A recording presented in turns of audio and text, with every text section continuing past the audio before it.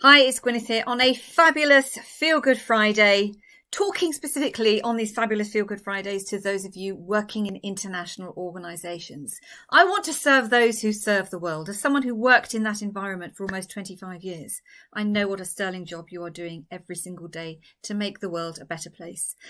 Right now, a lot of people are beginning to move back into their office space, their traditional office space. And that's what I want to talk about in this video, because emotionally, this is bringing up a lot of uncertainty and a lot of fear. So the problem here really is that when you left your office a couple of years ago, there will have been an incredible amount of fear. What's happening? Many organisations, many of you just, were told what from one day to the next, you're going to have to work from home from tomorrow, and we don't know how long for. And all of a sudden, everything that was familiar was ripped away from you, and it's almost like being thrown into a deep ocean without being able to swim, without a life ring, if you like, just not knowing. Crikey, I've been doing this routine, going to work Monday to Friday or whatever your working hours were for so many years, and all of a sudden, whoosh, it's gone. Oh, crikey. And I know that was a huge shock to a lot of people a couple of years ago. Now, the issue, why is that a problem? The issue is because emotionally, we tend to remember experiences that have a strong emotional attachment. So if you felt a great deal of uncertainty, a great deal of fear, a great deal of sadness potentially, when you had that experience, when you were told home office from now on, we don't know for how long, if that had a big emotional impact on you, and it did have a huge emotional impact on a lot of people, that emotion has been strong enough to stay with you. This means that when you start the process of going back to work, the memory of work is going to be, oh no, uncertainty, fear, sadness. We don't know what's going to happen. Is this really going to work out? And that strong emotion, that strong negative emotion can really, well, it's a big problem for a lot of people. I've spoken to some organisations. They're actually, there's been grief around the work situation. They're offering counselling, they're offering therapy, and I have no doubt that for some people those things are going to be very, very useful. They are going to need that additional support. But for you listening to me today, I want to give you a few suggestions about what you can do to actually manage your well-being in this transition phase, if that's where you are. And to also let you know that I have developed a new 3-hour short workshop, online workshop for organisations specifically, to go a little bit deeper, to answer questions you have, to give you more practical tools and tips about how to make this transition easy for you. And if that's something you'd like to know about, please do use the link below to book a call with me. I'll be very, very happy to share the details with you.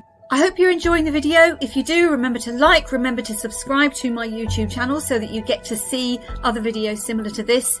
If we haven't met before, my name is Gwyneth, and as someone who worked in international organisations for almost 25 years, I now specialise in empowering female leaders in the not-for-profit sector to help you discover your inner brilliance, to help you realise your life purpose and vision. If you'd like to get in touch to find out how I can support you, please do use the link below. In between times, stay safe, stay healthy, stay fabulous, loads of love, and now back to the video. So before I give you a few pointers about how you can manage this, I just want you to also understand from an emotional intelligence perspective, whenever we go into a new situation, or any situation, not even a new one every day, we initially have a thought, but it's fleeting, it's momentary. We don't even realise that we're having that thought. The first point at which we start being aware of something happening is when it's in our body, when it's an emotion, when it is a feeling.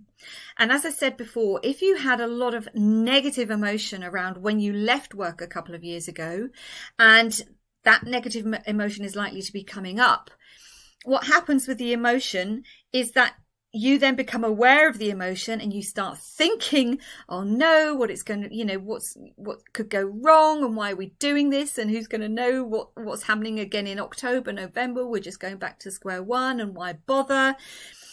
you start thinking those things, and those thoughts in turn produce chemicals that reinforce the negative emotions you're having. It's a very vicious circle, and it's very difficult to break. The only person who can actually break it is you. So as I promised, so here are a few questions you can ask yourself to move on from living in that past emotion, to detach actually from that, and moving towards a future emotion, moving towards a positive future that you want. Because potentially, you're going to have to be rebuilding working relationships. It's very different speaking to somebody on screen and then all of a sudden seeing them in the corridor. You're starting potentially from zero. So on the one hand, apart from having to detach and acknowledge that these are past emotions and they're not real anymore, you have a fantastic opportunity for rebuilding your working relationships, setting some new parameters, setting some new boundaries potentially with what you're willing to accept and what not. But you have to make the effort to actually be able to do that. Now, with everything, when it comes to change, my most favorite thing for change, to manage change, is meditation.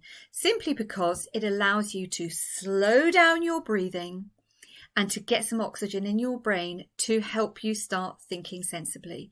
When you're stressed out, it's like boom, boom, boom, that cortisol and other stuff is all pumping out. It's very difficult to be find the voice of reason within you and think about what it is that you want to happen, because again, you're so focused on those negative emotions of the past. So even if you don't want to meditate, just by taking a few minutes every day to breathe and just focus and count in for 4 and count out for 4, and just allow oxygen into your body. Another thing, when you are starting to think about what it is you want to happen, focus on your heart. Open your heart. Imagine that you are opening your heart, that your heart is potentially a beautiful something that is going to bloom, be that a rose or a rhododendron or whatever your favourite flower or plant might be. Your heart is, your heart works so hard to pump all the blood around your body to keep you going. So give it some love. Place some extra focus on what's happening in here. And just allow yourself to open up. And I'm going to say feel the love. Just feel the love for yourself, for your surroundings. Now, the next thing you need to do when you're talking about your surroundings, again, when you get back to the office, the things that you see in your external environment, including colleagues, you've potentially attached something very negative to them. So in your office, could you bring in some new plants? Could you take all the old notes off the notice board and just have a blank notice board? Could you put up a picture of something that makes you smile, something beautiful? Maybe you've got a holiday plan for later this year. Do whatever it is that you can to actually change the environment that you are sitting in so that those old emotional associations, to the extent possible, are not there. And when it comes to, again, you cannot impact how other people are behaving towards you. But at the beginning of every day, ask yourself, what would be the most fabulous thing that could happen to me today? What would be the most fabulous feeling I could feel by the end of the day? What would be the most fabulous possible outcome for me today? It's all about refocusing your thoughts and your emotions on the future instead of allowing yourself to be held prisoner in the emotions of the past. And before I go, I want you to remember just one more thing.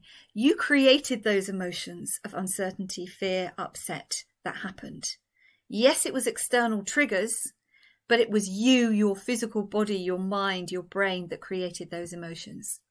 So if you are good at creating negative emotions, then why not choose to allow yourself to be even better at creating positive emotions, so that when you are back at work, when you are rebuilding these relationships with your colleagues, you do actually feel a lot more confident, a lot happier, and better able to deal with potential future uncertainty because you are looking after yourself.